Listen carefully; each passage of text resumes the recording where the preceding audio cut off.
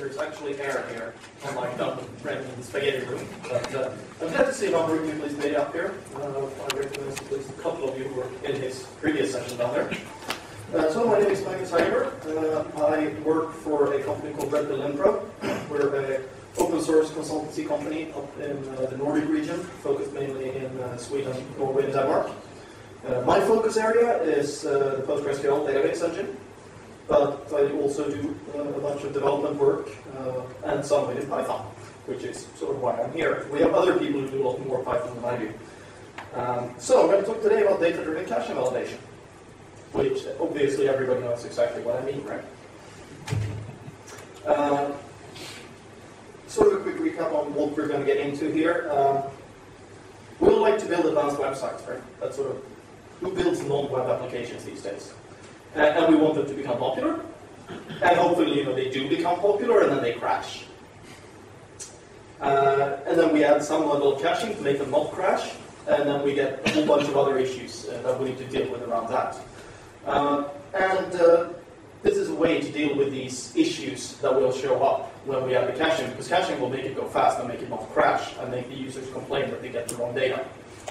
That's sort of the basis of it. And well, it used to be that websites came down from the slashdot effect.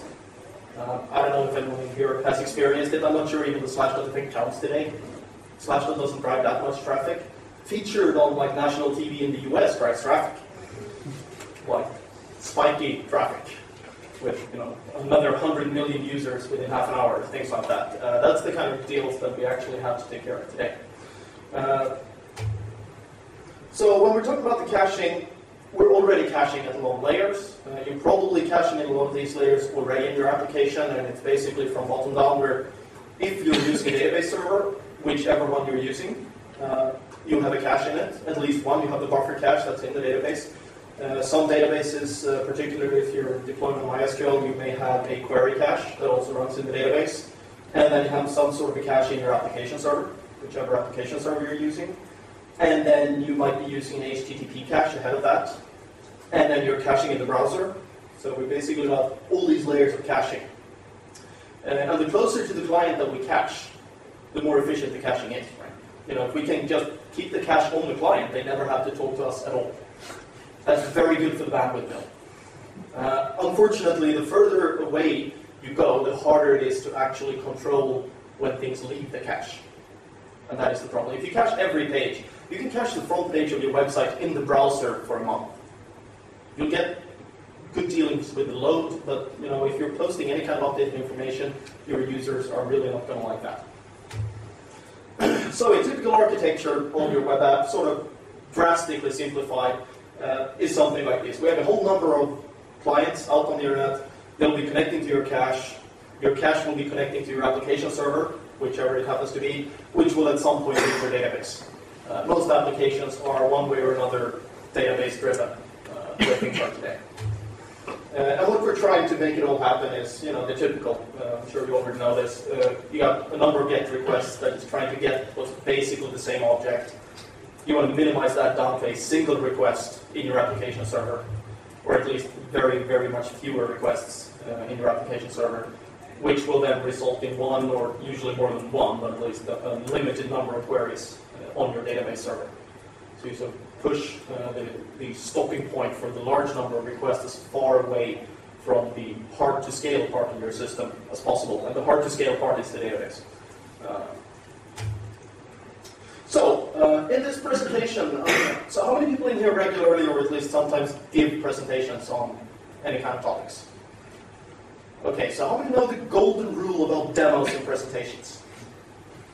There's a rule that says, you should never do a demo in a presentation, right? And I'm subscribed to that because I think we're doing about 5 or 6 demos. So hopefully at least one of them will work. So please bear with me if the demos halt at some point, but eventually I will probably get it through. I'm going to do a very, very simple application demo for this. We're going to do an extremely simple blog. We all know what that works.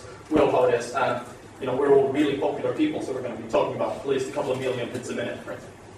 We post interesting things on our blogs. So, intro to the application. I'm a Postgres guy. I'm going to use Postgres. You can use, in theory, any database with it, as long as the database has server programmability into it. You can do this out of Oracle. You can do it out of SQL Server. You can probably figure out a way to do it in MySQL as well in the later releases.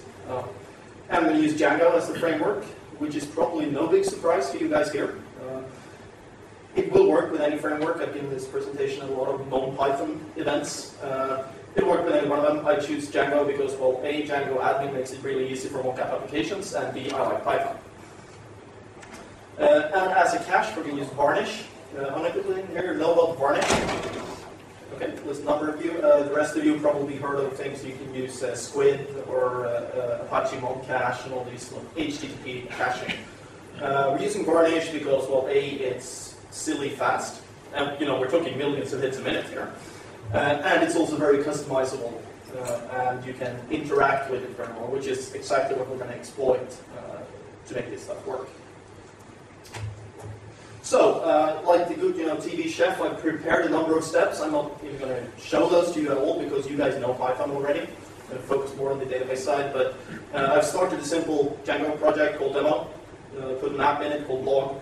Configured to a local database server. We're running, very simply enough, Postgres 8.4, which is a couple of years old now, but it still works with this, so it's not sort of cutting-edge technology. I've enabled the Django admin side and given myself the application, put it into the admin side as well. So just to show what we have for start here, I'm going to see if we can get the top of full screen on, and hopefully we have a reasonable aspects on this stuff. We have a very simple model for blog posts that basically has a title, date, time, and contents. And it's, which one is that? It looks somewhat like this. That's, well, it's probably readable enough to you guys, right? It's a very simple model that basically has no functionality other than these three fields. That's the only thing that's in it. Yes, when you go in production with this blog, you might want to add a couple more features to it, but this will have to do for now. And we put that one into the admin side, simply as the database. We have all the objects, and I've created two simple Django views. One that is the homepage, and one that just lists all blog posts, and one that serves up a single blog post. So again, I'm going to show you the code because it's very simple. It's quick to show. It's just, the typical, let's get all the post objects sorted by date time, render them off root.html, and then for a specific post, just get the post and render it with a template. And a quick example of how the post template looks. You will notice there is no fancy HTML, CSS, or any stuff like that. I'll leave that up to you guys to add later. Again, I'm a database guy. I don't do this sort of visual stuff. I work with data. Can we maximize the... I can try to unmaximize the window. That is slightly too unmaximized, I guess.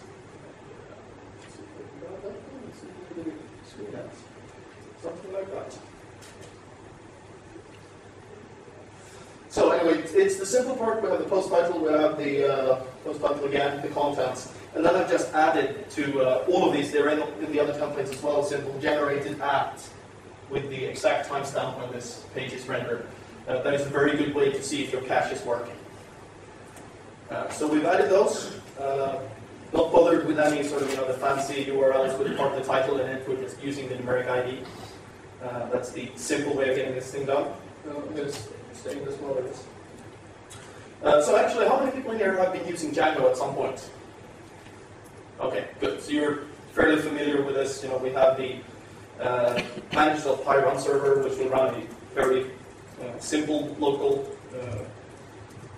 web server. We'll run this. It will eventually bring up. Now, the interesting thing, if someone knows why, this tends to freeze every now and then when I run it locally.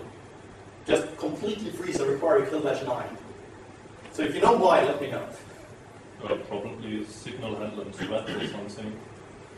Probably, but... So that could hook up, hook S-trace up to it and... probably. Usually I just restart it. It's still local. If it was on a server, I'd be worried. Though I probably would be using this Magnus.py thing on the server. So, here's what the blog looks like. I put one post into it. Marvel at the screen size. There we go. Marvel at the fantastic design. we have this one log. If I refresh this thing, you'll see in the window actually, well, it goes sort of off the side there, but every time we hit this one, we get a request here that hits the Django application. We know that this generates one query back into the database. I could enable query logging on the database and show that, but I'm not going to bother doing that. I just have to take my word for it. And of course, if I click this blog post, I get the details. And again, I get this generated at, which updates step by step. So that's the basic functionality of this application. As I said, probably do want slightly more advanced applications in production, but it'll do for showing this. So we're in the position here that every time we do this, we generate a run of the Python code, which is comparatively slow. Now for rendering this, it's not that slow. We'll probably render a fair number of hits per second. We're also throwing a query at the database every time someone comes to our blog. So what we're going to do to avoid this, to keep the load down on our server, is we're going to add varnish to the mix.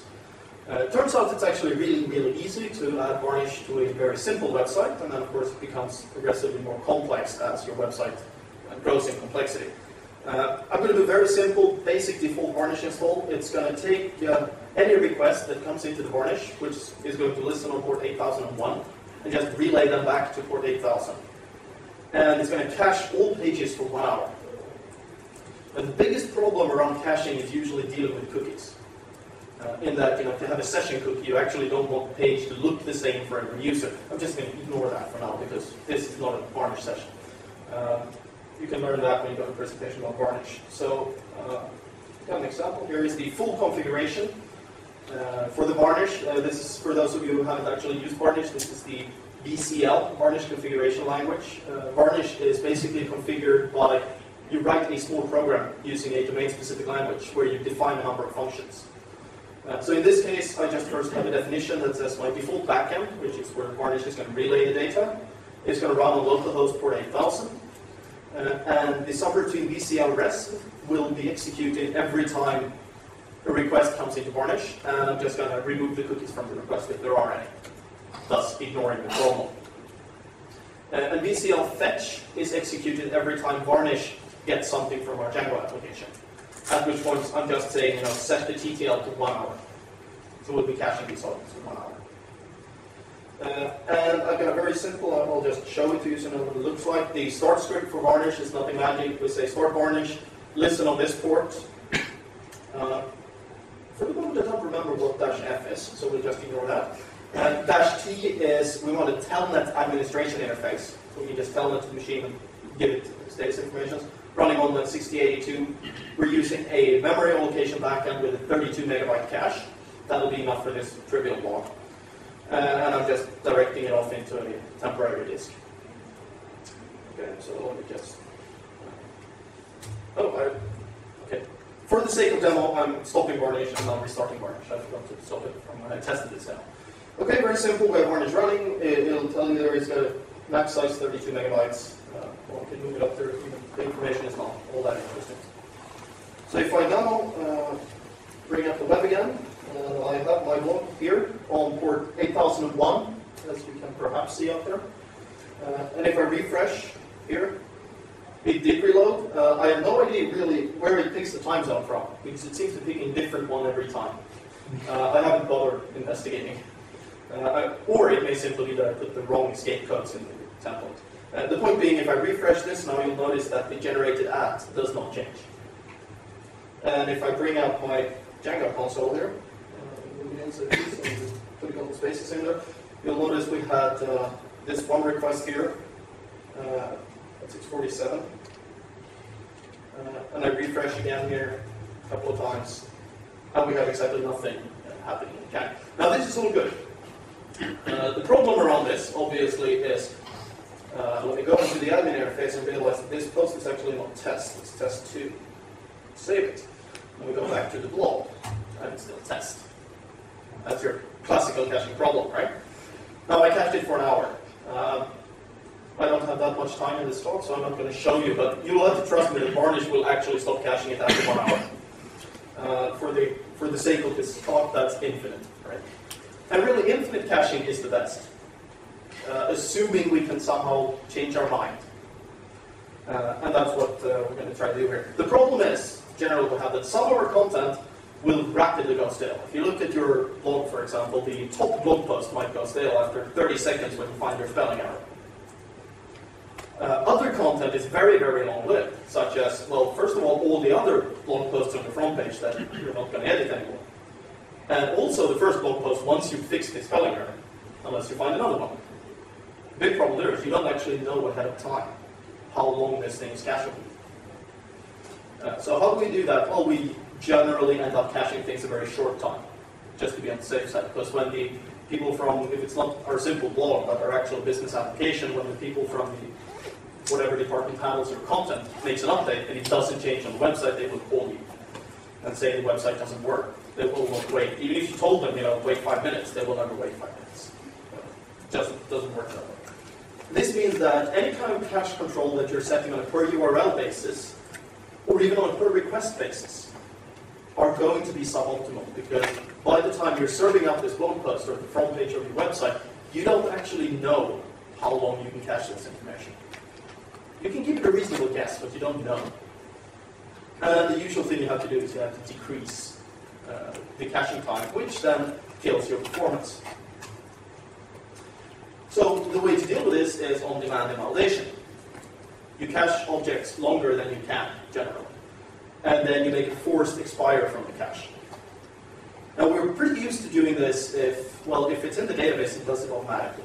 If we're using a caching framework in our application server, we have good frameworks for doing this. But usually when you're deploying an HTTP cache, most people don't do this. For one thing, if you're using older HTTP caches like Squid, the way to do this is basically filled with pain. There's no really good way of doing it, but it is doable now.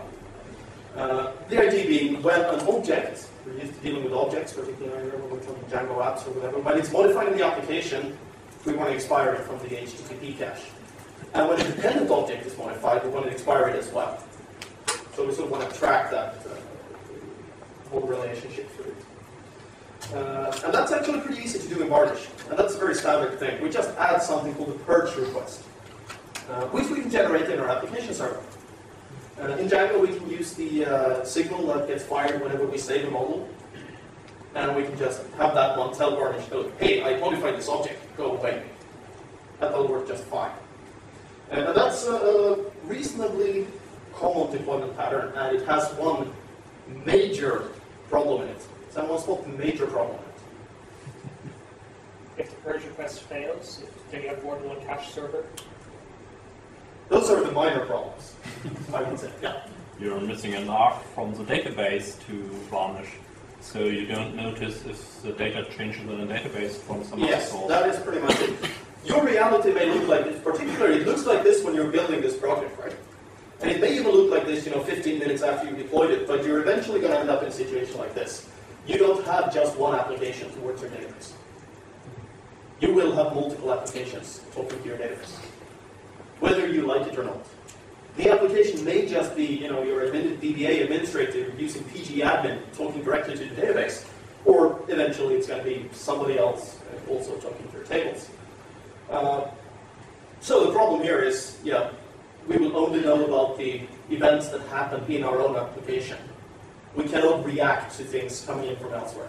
Now, yes, for our blog, probably that's fine, but for most of your business applications, it's not. Even if it is fine when you start, it's not going to stay fine. And just as you said, what we want to do here is we want to move this error. Because if you look at the image, there is actually a very central point here, and that's the database. The database will know when your data changed. That's sort of the point of the database, to keep track of that. Now, with any kind of, I was going to say modern database, but with modern in this case, I guess I mean something since the early 80s or later, is capable of triggering on events happening to your data. And we can exploit this to invalidate our cache based on the actual data being changed. The upside of this is that we're actually going to be able to do exactly the right cache invalidations. We know exactly when the data is invalidated. We can, in theory, even do a synchronous one. Normally, we'll do an asynchronous cache invalidation, and we'll be up to speed within milliseconds.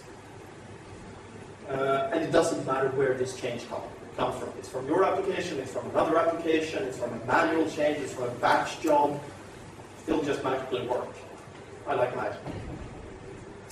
The downside is that you actually need to tell your database about your URLs, and that kind of breaks the abstractions. Because there is no such thing as free lunch, and that's the price that you have to pay. If the database is going to expire things from your cache, it has to know where they are. Now, there are a couple of workarounds that will work depending on exactly how your system looks, that you can actually get rid of that. But in the general case, you need to put more information in the database than you previously had, and that might not conceptually actually belong in the database logic. But it's doable. And it's usually a price worth paying when we go to this. So the very simple way, the method one, as I like to call it, is that we simply put a trigger on our blog post table, and we have this trigger send off a purge request to Varnish to remove our objects. Pretty simple. So let me show you what this code will look like. That will be trigger one. So how many people here are used to Postgres? Okay, good. Then this is not entirely. The rest of you have at least seen an SQL database. So we're going to be using two languages here. I just put the create language statements at the top of my script so I don't forget to run them when I run the demo. We're going to use EuroPython. And the main reason for using that is actually not that this is a Python conference. It is that Varnish comes with a built-in Python module that lets you expire things through a very nice API. And so I didn't have to write my own wrapper. And we're going to use PLPG-SQL, which is the Postgres built-in stored procedure language. So first I just have a function up here, the function varnish purge that takes the URL as a parameter. It's written in PLPython-U, and it does, as you can see, it's from varnish admin import to varnish admin. That's the wrapper object. We instantiate the object and run purge on our URL. Luckily enough, this 127.001:6082 happens to be the default. Otherwise, obviously, we put something into the constructor telling you where the varnish server is, which usually your varnish server is not running on your database server. So you'll probably want to have something like that. And then we create a trigger function. The way the triggers works in Postgres is you have a trigger that always calls a trigger function. So the trigger function here is the log post trigger function. Returns trigger, that's how we always do it if we want to create a trigger. Language PLPG-SQL, and we say begin, and we're going to do for any blog post that's changed, we're going to send a varnish purge for the root page. Varnish purges take regular expressions against your URL, so you can put anything you want in there. So any update is going to purge the home page, because for this blog application, we're actually rendering every blog post on the front page. And then we're also going to purge the slash and the ID of whatever row has been changed in the database. And then just add a slash at the end of that. And then this is something that's easy to forget, return new. If you don't do this, all your updates will fail. Because that will be return null, which tells Postgres, hey, this trigger said I shouldn't do this. I'm just doing a drop trigger if exists, so that I can actually run this script more than once without things failing. And then we create the actual trigger, create trigger. I'm calling it blog post trigger 1, because I'm going to show you another one later. On blog post for each row, after insert or update or delete. So whenever anything changes, for each row, execute blog post trigger function.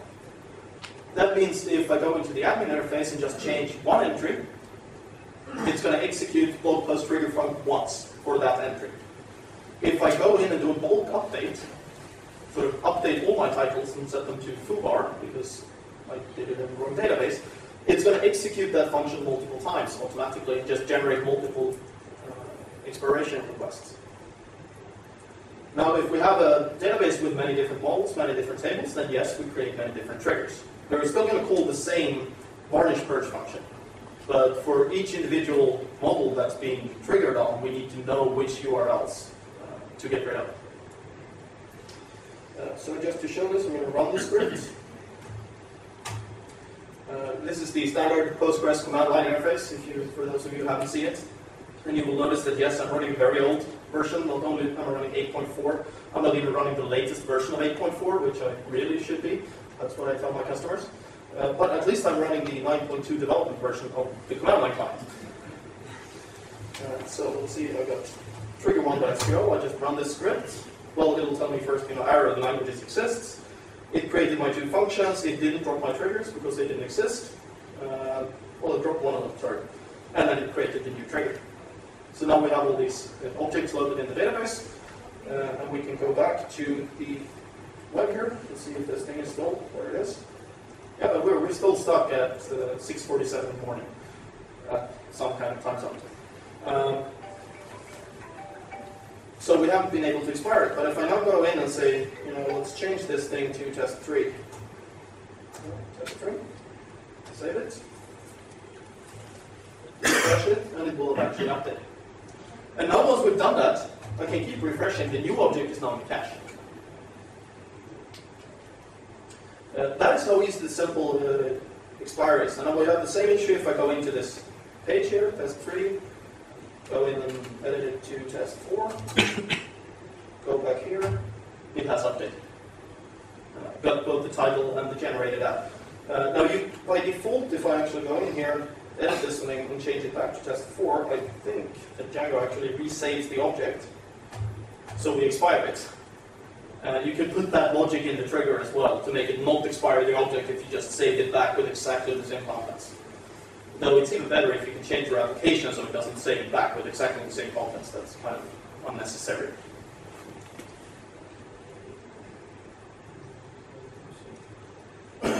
So, that is the method 1 that you probably aren't going to be using. Because obviously there's a reason why I have method 2 and method 3. Can anyone spot a big problem with this one? Yeah. You need to map your model with, you have some information in your model in Django, and you have your URL somewhere else, so you need to change at least 2 spots. Yes, that is unfortunately a basic problem in this model, that you have the knowledge. Now, you can actually, given that we're writing these functions in EuroPython, if you consider, you can import your Django code into your stored procedure and sort of get it out of there if you have a good way of doing that. So that is doable, but it's not the... So it's a correct answer, but not the one I'm looking for. The biggest problem with this is assuming you have a lot of people editing this. You're going to be firing off, a lot of varnish purge requests. These requests are firing off while your clients are waiting. So assuming the connection between the cache and the database goes down, your clients will be waiting. Well, if it goes down completely, you'll get an error. But if the network connection hangs, your client will be waiting. We're doing this inline synchronously inside our transactions. That's probably not the best idea. It also makes it really, really hard to process the fact that you have multiple caches. Because you need to solve that problem all on your own. The most common way of doing this in Postgres is to use something called asynchronous notifications in the way that we'll create the trigger on the blog post table, just as before, but instead of firing off the varnish purge, this trigger actually inserts the URL it wants purged into another table. And this table has another trigger. And this trigger fires off something called an asynchronous notification. Now this is a Postgres extension to SQL, whereby basically you have an SQL statement called listen and another one called notify. So I'll have a daemon running that is connected to my database that says basically listen varnish purge. That's all it does. Whenever somebody runs notify varnish purge, this daemon gets signaled. It will then query this queuing table and execute varnish purges on those. And that works pretty well. But what we're doing here is, it's pretty obvious what this is, right? It's a very simplistic message queue. And it works in limited scenarios, but it starts becoming troublesome if you are ending up with huge amounts of purchase. Now, hopefully you're not going to end up with huge amounts of purchase, but the fact is, it's also a lot easier to use the fact that somebody already wrote this code for you. Because we created a trivial queue. Someone did it. The easiest one, we're in the Postgres context, we're in the Python context. There is a message queue that runs inside of Postgres called PGQ. It is part of a package called SkyTools, developed by Sky. It is the foundation of the replication engine that Sky uses to replicate their data across all their servers, which means it's very high performance because they really need that. It's very efficient and it will take care of your problems. It will also automatically take care of your dealing with multiple caches. It'll just do that for you. You don't have to care. It'll offload things. It'll make sure your database stays efficient. It'll automatically run things like vacuum as required. It'll rotate between multiple tables. It'll take away the corner cases around MVCC snapshots that you just don't want to have to care about. So I'm not even going to bother showing you method 2, because method 3 is just as easy and much nicer. So use PGQ. Well, PGQ, it's a package, it's part of SkyTools. If you're like me, I'm running Ubuntu here. It's packaged up in Debian and Ubuntu by default. It's just a package called SkyTools. There are RPMs available, obviously, for Red Hat packages, or Red Hat platforms. Once we install the SkyTools themselves, we need to install PGQ into the database. It basically creates a schema and stuffs a bunch of functions in it. So I'm going to be doing that, and then we're going to create our queue, because we can have a single PGQ installation can deal with multiple queues. We're just going to have one for our purchase. And in PGQ, it's vital that you have something called a ticker running. This ticker process is just sort of the maintenance process of the queue that makes sure it doesn't get stuck and takes care of all this rotation and snapshotting and things like that. So, actually, I did not remember to do that, so let me just open up. There's a very simple PGQ configuration file that looks like this. PGQ ADM tells me the defaults for my admin tool. It's going to say, my job is going to be varnish ticker, and here's my database into the cache demo. And I have my queue called varnish purger, which is in the same database.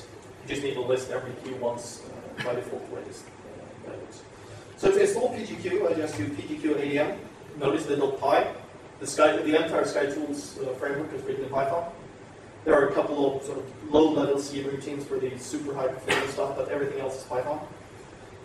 It does always take the INI file as the first parameter, and then just say correctly spelled install. And we've installed PGQ in this database. If I now look through in my PSQL, list my schemas, it has created a schema called PGQ that contains all the things I need. It means if you want to get rid of it, just get rid of that schema and everything's gone. So having done that, we're going to create the queue, which we're going to say what's called varnish purger, right? Yeah. So again, run PGQ ADM, create varnish purger, and it's done. And finally, we needed this ticker that just keeps things running. So I run it again and then say ticker. This is the part. Oops. Okay, I don't actually say create ticker. I say ticker. Now I have two queues. I only need one, but there'll be another one showing up in the status displays. Sorry about that. The ticker you'll normally start from your init script to make sure it's always running. If the ticker is not running, your queue will not work. So you need to monitor that thing too. Okay, so we have the ticker running. Now the way PGQ works is when you have somebody, you post events to the queue, and you have something that's in PGQ terminology called a consumer that receives these events. And the idea is we write a very simple consumer, it consumes events from PGQ, it will post them as purge requests to Varnish. And the idea is if we have multiple Varnish servers, we will run multiple consumers connected to the same queue, and then PGQ will make sure that they're all executed. So if I have 3 of the consumers, it'll make sure all 3 are run. If one of my Varnish servers is offline, well, as long as my consumer correctly notices that it's offline and doesn't say I processed this event, PGQ will retry this over and over again until it suddenly starts succeeding. Now you can write these consumers in pretty much any language you want. Now since SkyTools is written in Python, for some strange reason there are very nice Python libraries available with it. There are very nice Python libraries, there are fairly crappy PHP libraries and nothing else included in the package. I know someone has written, there is something on CPAN for Perl. But we're going to look at the way we write this thing in Python. And it turns out, again, we don't need much code, because most of this stuff is written for us. We're just importing PGQ, which is where we have all the classes and functions for PGQ. And we're again importing this same Varnish admin functionality, and we create our class, and we just inherit from PGQ.consumer. And that will take care of 99% of our glue. We're going to override a method called process batch, which is, we can also run this on a process event basis. PGQ will group multiple events into a batch to make things run faster, and we'll receive them as a batch as well. We're just going to run this batch. We have an EV list, which is a list of all the events that we need to process. The first check here, just if let EV list, is that we don't want to instantiate this varnish admin object if there is nothing at all to do. We might get a completely empty batch, and then we just want to ignore it. Because as we instantiate up here with the v equals varnish admin, that will actually open a connection to the varnish server. We don't want to do that if there's nothing to do. We're then looping over all of our events, and say, whenever we receive an event of the type purge, we're going to print that we're going to do it. We're going to call the purge, and then we're going to say ev.tag done. It's this tag done thing that takes the thing out of the PGQ queue. So if the v.purge call fails, at this point our entire consumer will crash, but that's what happens when you don't put proper handling, right? You'll put some sort of exception handling around it when you're doing this in production, and you just need to make sure you don't do ev.tag done if it fails. Because once you've said tag done, you're never going to see the event again. And then we're just saying, if we receive anything else on this queue, then we don't know what it is. We're not supposed to receive anything else. But we could. And then finally, we just instantiate this by the default of the default in all the schedules are you pass this INI file to everything. So we're just taking that in, and we're saying run the queue, or run the consumer on the queue varnish purge. So I'm just going to start this thing here by saying consumer.apply PGQ.INI. And it doesn't actually do anything, right? Because we haven't posted anything. It is now up and running and listening to our queue. So at this point, we need to rewrite the trigger to talk to this PGQ thing. And luckily enough, that makes things much easier. We don't even need PL-Python. Because PGQ, again, it's a queuing system that is well integrated in the Postgres engine. So it exposes itself as functions in the database.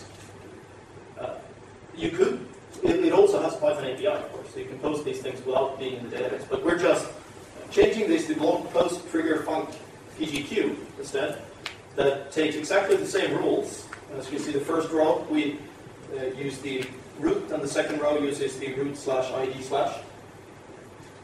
And we just use pgq.insert event into the queue name varnish purger with the tag purge. And these are the events that eventually pick up on the other side. And I've just changed the trigger here to, instead of being blog post trigger func, it's now blog post trigger func PGQ. So let me find this one and run the replacement thing. And it does the create function row trigger, blah, blah, blah. So now I have this one running. See if something has happened in our consumer.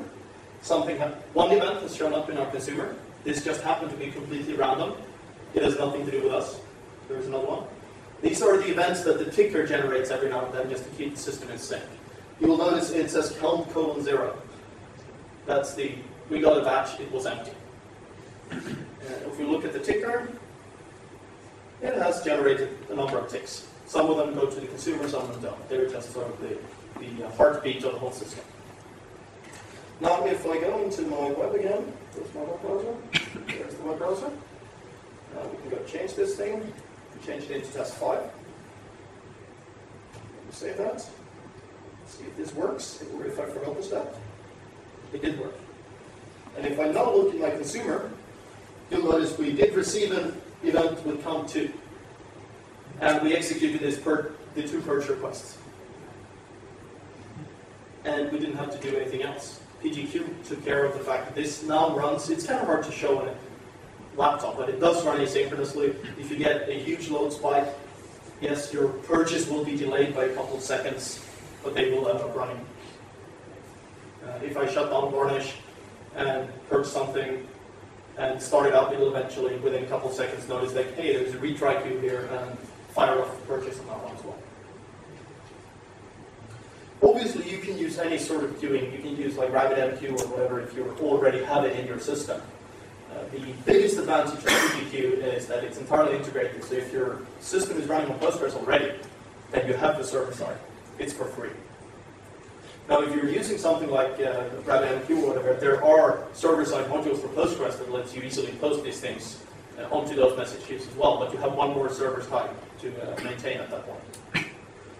And like I said, this is the foundation for a high-performance replication system, so the performance is perfectly fine. It's not as good. Yes, RabbitMQ will be faster. It will scale more for pure queuing. But if you are expiring that many URLs from your website, you might want to rethink exactly how you're dealing with things.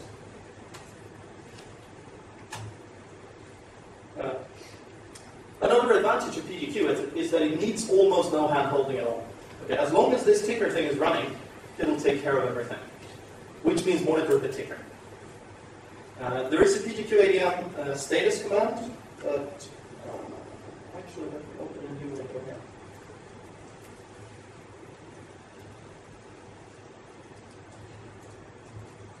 Just run this one with status. It will tell me, well, first of all, it will tell me that I have 2 queues. I was only supposed to have 1.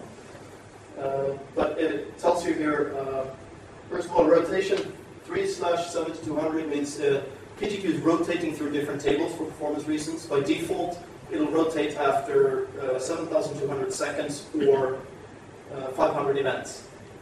I think it's something like that. This just says, well, it has received 3 events. It's got some ticker information on exactly how often it ticks. You got the ticker lag, which is currently, you can see it's 40 seconds since we saw the tick on one of them, 47 seconds since we saw on the other. The last value that's at 60 seconds is how often we will always generate a tick. So if the T lag, it goes above 60 seconds, you have a problem with this queue. We'll run this again. Hopefully the lag has restarted because we did receive a tick. And for each of our queue, we will actually see all our registered consumers. So if we have 3 varnished servers, we'll have 3 consumers listed down here, and we'll see when they were last seen. Again, this should also not climb in these times. That also means that if you actually uninstall a varnished server, you need to go remove that, unregister that consumer, or your warning system, or your monitoring system will start alerting on the fact that, hey, this guy hasn't purchased anything for 5 weeks. Because you decommissioned it. And that's pretty much all there is to the hand-holding. There is already, I know at least, a Munin plugin for monitoring this. And there's probably at least 100 people who've written their own little 5-line modules plugin. Of course, again, this is Python. You don't need to use PGQ ADM.py. There is an actual API if you want to access it from your existing monitoring system, where you can just extract this data. I'll go back to full screen for a second. So there are a couple of rules, and there's one thing that may help you avoid this fact that you need to push the URL knowledge into the database, and that is the fact that Varnish is actually capable of purging not just based on the URL, but based on any HTTP header on the object. Okay, so you can put your own kind of tags into the headers as you send them from your Django or whatever application into Varnish, and then later reference those tags to purge it. And again, we'll just use a regular expression against this custom header. So one way of doing this, you can see, for example, if while your site is posting something, you can just add an x-obj. Please put an x at the head of your header name if you're inventing your own. You're not supposed to, that's what the HTTP RFC says you should do. Don't use somebody else's header, just create your own. So x-obj, in this case, I'm just say use:123, use:124, user:42. So basically, for every page you render, you tag it with which models and the primary key of that model. So you will then know that when you update use number 124, you send a purge request for use:124, which will then have a regex that says, well, probably it's going to say use:124, comma, to just be on the safe side. And you can purge against that. Now this does not work for every application. And it's not reasonable if your x-obj header actually ends up being 500 objects long. But in some cases, it will work. It might be best to use a combination of these two. But this is actually a pretty good functionality. Now, another thing that you should not forget to do in this case is to strip this header off in Varnish. Right? There is no need for your client to see this header. You'll just have your deliver command in Varnish just remove it before it's sent off to the client. You need it to be stored in the cache so that we can expire against it. But You don't need it all the way up in the client. So some final words around this. Don't use it unless you have to, right? If you can reliably set an expiry time on a URL, because you know that it's valid for a certain amount of time, then by all means do that instead. Okay? It will be more efficient. And use the smaxage, the cache control HTTP headers, set them in your application. Varnish will follow their command and do what they're doing. So use this purging when it's needed. Because you really don't want to do this 1,000 times a second. It'll work. It'll work fine. Varnish will deal with it. And the PGQ will deal with it. But you really need to rethink your strategy if you're expiring things from your cache that often. Most people really. And then maybe you need that page to only be cached for 1 second. Because even a 1 second cache will do a very, very good effect on things like the /dot or the national TV effect. Caching it for 1 second might cut 99.5% of your traffic. You won't get the last of it, but you will get a lot of it. But it does work, it does scale pretty well when you do need to use it. And use a combination. Use cache control on the URLs that you know. Use purging on the URLs that you don't know. And running this from within the database will make it stable for the fact that you will eventually have multiple clients. So as one final word before I say thank you is, wow, this is the first time I think none of the demos actually crashed. Let's do the EuroPython event. Thank you all.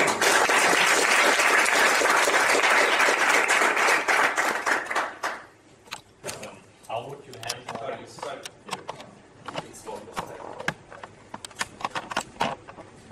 How would you handle things like you invalidate something like you have a huge structure and invalidate the top node of a huge structure and need to push out like 100,000 purge requests because you screwed the structure? Yeah, depending on exactly how your URL structure works, if you can collapse this into a lower number of breakchecks, that's really what you want to do. You don't want to put 100,000 purchases out there if you can avoid it. Yes, but you would get 100,000 probably trigger events on the. If you're actually, are you actually updating 100,000 rows in the database? No, but I need to invalidate. So Yeah. I need possibly. Yeah. Well, what you can do there is you put that logic already into the the function that you're calling in the database. Right? You put that logic already in this function. At this point, you get called that if you updated one row. And this can then recurse into your data structure and figure out exactly what needs to be expired. Okay, so And then generate a hopefully less than 100,000 number of purchases into. If you push it all up to the consumer, then yes, you have that problem. And it's sort of too late. How do you use a PGQ when I have multiple database machines, like a master, slaves, or multi-masters? For this, normally you'll be running it on your master, because when you're a slave, you're not firing triggers. Multi-master is a very special situation. It'll depend on the multi-master solution. For example, if you're using, say, Picardo multi-master, you can use hooks in Picardo instead to fire this, rather than using an actual database trigger. Because if you're using the actual trigger, it'll sort of conflict with the triggers that Picardo is using, that then put it in the hooks that that system provides.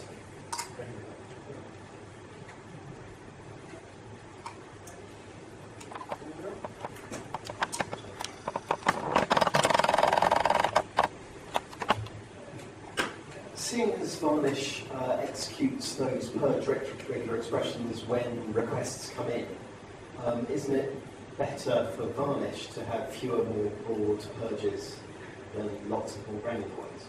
That depends. I mean, more granular ones will make you expire less. But yes, I mean, if you're going to end up, purging 50,000 records, then you might be better off doing a broader purge that accidentally takes out 75,000 records. Yes.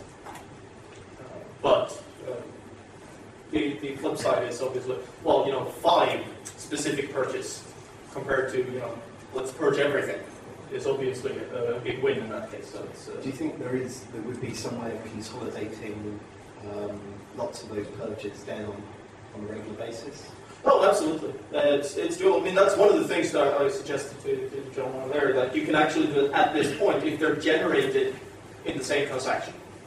If they're generated in different transactions, well, you can put it in your PGQ consumer that it sort of collects up for a while and runs the purge every 10 seconds. And it's got a big list of things, and it's basically a Python list that you can apply some magic and sort of consolidate the regex. Just doing sort of generic regex consolidation, I don't know if there's anybody who does that, but knowing your own structure, you might be able to take some shortcuts and actually make regex consolidation a reasonable thing to do.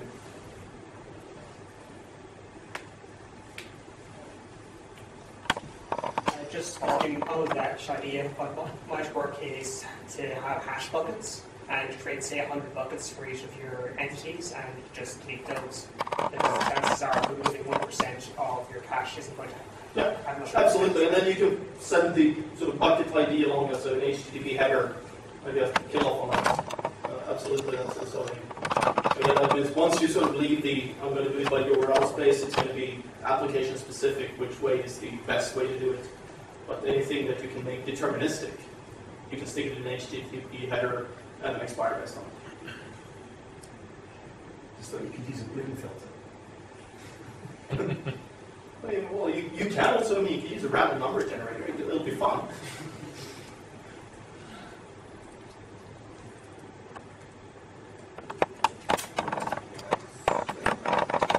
Thank you very much.